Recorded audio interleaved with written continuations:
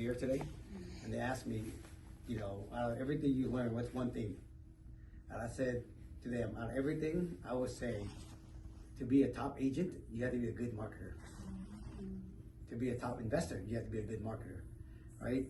Because for you to be a top investor, you got to learn how to find off-market deal, right? If you want to be a top agent, you got to learn how to find sellers. That's it. So really, at the end of the day, learn how to find and market you in a way so that people always think of you when it comes down to that product. And so back in the day, they didn't have social media, so all I had was doors and phone. And Mike Ferry used to always say there's two groups of people. There's a group that you know, which is a smaller pool. People you don't know, which is the bigger pool. So if you spend a lot of time working people you know only, you're gonna run out of leads quick. Because you can't call your friend like every month asking for a referral. You know what I mean? So you can call them, right? And then after that, you gotta talk to strangers.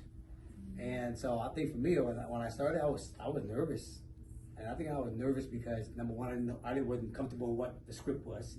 I didn't really never made the script into me. So even though the script is that, you just have to actually make it you, sound like you, talk like you. You know what I mean? But it's just it's the word there. You just gotta just be you. You can even say, hey, you know what I mean? You know what I mean? So before, when I used to use script, I used to always try to be this really, in my mind, this really rich white guy with a suit on. You know, the professional look. That's what I envision success, right? Rich guy, you know, white guy with a suit on, and I would talk like really formal. You know what I mean? And so I would never could really be myself.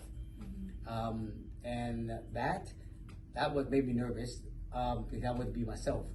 The second thing is I didn't understand my product. Like anybody would know the phone, right?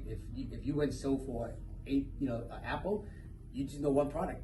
Someone walk in, you know everything about this phone.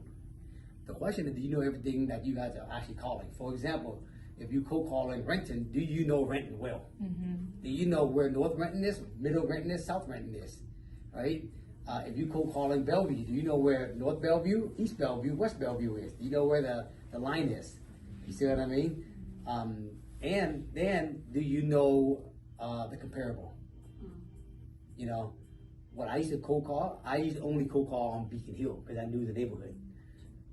The problem was I ran out of numbers, and I cold called Beacon Hill so fast that after 6 months, I'm done with it. So I had to go cold call West Seattle. The problem when I will call West Seattle, I didn't know West Seattle like I knew Beacon Hill. You see? So I didn't realize that North Admiral was a lot more expensive than Roxbury.